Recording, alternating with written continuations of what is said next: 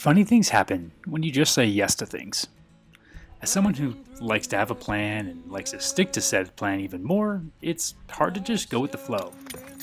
Like how after moving to North Carolina, we had to come back to Utah for a brief part of the spring to square some things away, and we obviously had a schedule to keep in order to get back to North Carolina by the start of May before summer. Towards the end of our time in Utah, my buddies Mike and Chad pulled a rafting permit for the Ruby Horsethief section of the Colorado River and invited us to join.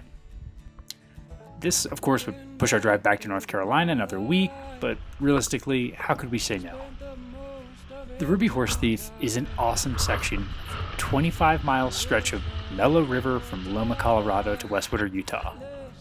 And unlike the first time we floated this section, Chad had booked it so we could spend Friday night at one of the first campsites along the river, extending the trip over the entire weekend. Still being novice boaters ourselves, getting the chance to learn from Chad, who has done so much rafting, and more importantly, every piece of gear that you could ever imagine, it made setting up camp, kitchen, and everything else so much better. But admittedly, it took like 3 times as long as when we show up to our campsites off the river with our little backpacking setups, for one day at a time.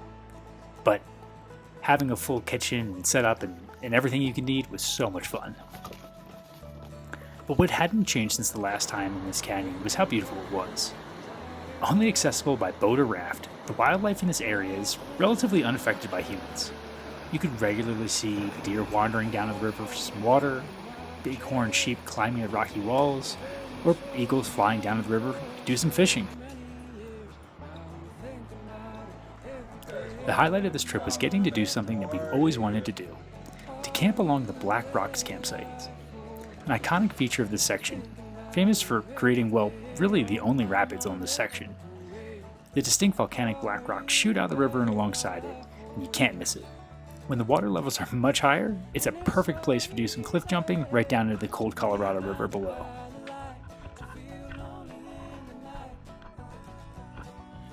Luckily for us, the weather this early in May was actually really warm and sunny.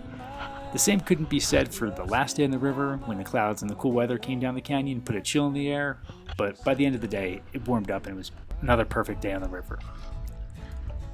Rafting, just like backpacking, is always a perfect way to disconnect from the busy world and just hang out with your friends. Whether they're on your boat or floating alongside you for a few days, it's a perfect way to pass through a landscape. But with rafting, you all get to have this shared experience because, you're moving at this relatively low speed, low effort, all together. All this to say, I'm so glad we changed our plans and took up this opportunity because it really was such a core memory for that year. I know the dog loved it too. Holding my belt tight. It's just me and the stars.